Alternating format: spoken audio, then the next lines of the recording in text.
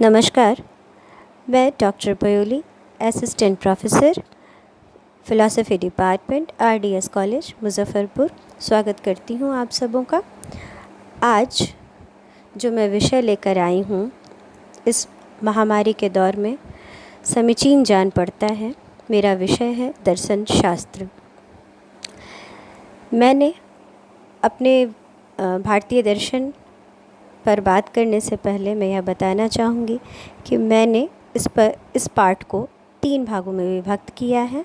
प्रथमतः मैं बताऊँगी कि दर्शन क्या है, हिंदी में दर्शन को क्या कहते हैं और अंग्रेजी में फ़िलॉसफ़ी शब्द का अर्थ क्या है।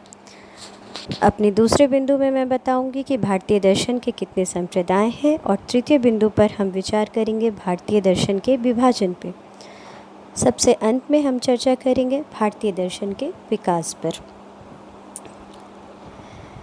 आगे बढ़ने से पहले मैं यह बताना चाहूँगी कि दर्शन ज्ञान की वह विधा है जिसे मनुष्य ने जीवन, जगत, प्रकृति आदि की उत्पत्ति, विकास और नियति संबंधी प्रश्नों के समाधान की खोज में स्वयं जन्म दिया है। ये प्रश्न मानव चेतना की उत्पत्ति के साथ ही जन्म लेते हैं और इसलिए दर्शन शास्त्र उतना ही पुराना शास्त्र है जितना कि मानवीय चेतना। मैं कौन हूँ, तुम कौन हो से शुरू होकर जीवन जगत का मूल क्या है तक की यात्रा दर्शन शास्त्र ने की है। स्पष्ट है कि दर्शन शास्त्र मूलतः चिंतन की एक विधा है, मनुष्य की जिज्ञासा से जुड़े प्रश्नों पर गहराई से सोचने की एक विधा है। दर्शन शास्त्र को परिभाषित करना एक अत्यंत ही कठिन कार्य है। दर्शन शास्त्र को परिभाषित करने से पहले मैं समझती हूँ कि दर्शन शब्द के अर्थ पर हम थोड़ा विचार करें। दर्शन हिंदी में दृश्य धातु से उत्पन्न हुआ है, जिसका अर्थ है देखना, अर्थात किसी भी वस्तु के प्रति हमारा दृष्टिकोण। तो ये दृष्टिकोण किस प्रकार का दृष्टिकोण है? क्या जो हम देखते हैं किसी भी वस्तु को, क्या ये इस दृष्टि की बात करता है? नहीं। यहाँ दृष्टिकोण का अर्थ है हमारे वो विचार जो हम किसी भी वस्तु या किसी भी विचार को सुनकर हम उसे समझ पाते हैं, उसका मूल्यांकन कर पाते हैं, उसका विश्लेषण कर पाते हैं। भारतीय विचारधारा के अनुसार दर्शन कुछ और अधिक व्यापक है। यहाँ दर्शन जीवन तथा जगत में व्याप्त दुखों से मुक्ति दिलाने का साधन अर्थात मोक्ष प्राप्ति का साधन भी माना गया है। अंग्रेजी में इसके लिए जिस शब्द का प्रयोग किया गया है वह है फ़िलॉसफ़ी।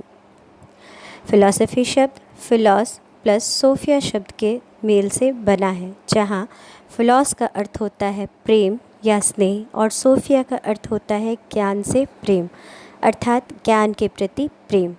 सारांश में हम कह सकते हैं कि यह वह शास्त्र है जो मूल सत्ता, ज्ञान और मूल्यों पर विचार करता है और उनकी समीक्षा करता है। यहाँ यह स्पष्ट कर देना आवश्यक है कि दर्शन की उपर्युक्त धारणाएं परंपरागत धारणाएं हैं। 20वीं शताब्दी में पाश्चात्य दार्शनिक संप्रदायों ने दर्शन के विषय वस्तु को और अधिक व्याख्यायित किया, उसके स्वरूप की एक सर्वथा नई परिकल्पना हमारे समक्ष प्रस्तुत की। उनके अनुसार दर्शन हर क्षेत्र में प्रयुक्त विचारों का भाषीय विश्लेषण तार्किक आधार पर करता है। यहाँ मैं पॉल्सन की एक परिभाषा जो उन्होंने अपनी पुस्तक इंट्रोडक्शन टू फ़िलॉसफ़ी में दर्शन के लिए की है का उल्लेख करना चाहूँगी, जहाँ वो कहते हैं philosophy is simply the continually repeated attempt to arrive at a comprehensive and systematic knowledge of the form and connection, the meaning and import of all things। अर्थात दर्शन सभी वस्तुओं के अर्थ और संबंध का सहज भाव से व्यवस्थित और संपूर्ण ज्ञान प्राप्त करने का निरंतर प्रयास है। दर्शन की यह परिभाषा यद्यपि बहुत ही अंशों में एक उपर्युक्त परिभाषा है, फिर भी भारतीय विचारधारा के अनुसार दर्शन कुछ और अधिक व्यापक और विस्तृत। भारतीय चिंतनधारा के अनुसार दर्शन जीवित तथा जगत में व्याप्त दुखों से मुक्ति दिलाने का एक साधन है। यह मोक्ष प्राप्ति के साधन के रूप में भारतीय दर्शन में इस शब्द का या इस विषय को हम जानते हैं। आगे बढ़ते हुए मैं अपने दूसरे स्लाइड में इसके विभिन्न संप्रदायों के ऊपर आपका ध्यान आकृष्ट करना चाहूँगी। भारतीय दर्शन मूलतः 2 संप्रदायों में विभक्त है। प्रथम आस्तिक, द्वितीय नास्तिक। आस्तिक और नास्तिक शब्द का प्रयोग यहाँ एक दूसरे अर्थ में किया गया है। साधारणतया हम ईश्वर में विश्वास रखने वाले मत को आस्तिक कहते हैं और ईश्वर विरोधी मत को नास्तिक के कैटेगरी में डालते हैं, परंतु दर्शन में आस्तिक शब्द का अर्थ है वेदों को मानने वाला और नास्तिक शब्द का अर्थ है वेद विरोधी दर्शन। आस्तिक दर्शन के अंतर्गत 6 दर्शन समुच्चय आते हैं जो इस प्रकार हैं: न्याय, वैशेषिक, सांख्य, योग, मीमांसा और वेदांत। जबकि नास्तिक के अंतर्गत 3 दर्शन आते हैं: बौद्ध, जैन तथा चारवाक। पुनः हम देखते हैं कि 6 दर्शन को भी 2 भागों में बांटा गया है। प्रथम वैदिक विचारों से उत्पन्न, द्वितीय लौकिक विचारों से उत्पन्न। वैदिक विचारों से जो उत्पन्न हैं उन्हें पुनः 2 भागों में विभक्त करते हैं।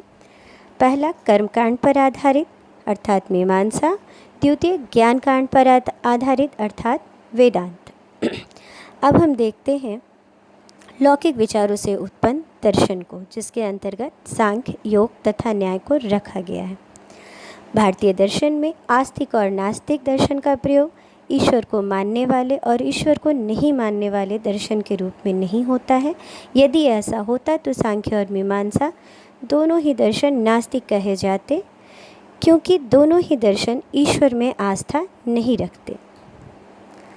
अब आगे बढ़ते हुए मैं अब अपने नेक्स्ट स्लाइड में बताना चाहूँगी कि आस्तिक और नास्तिक दर्शन का एक और अर्थ में प्रयोग होता है।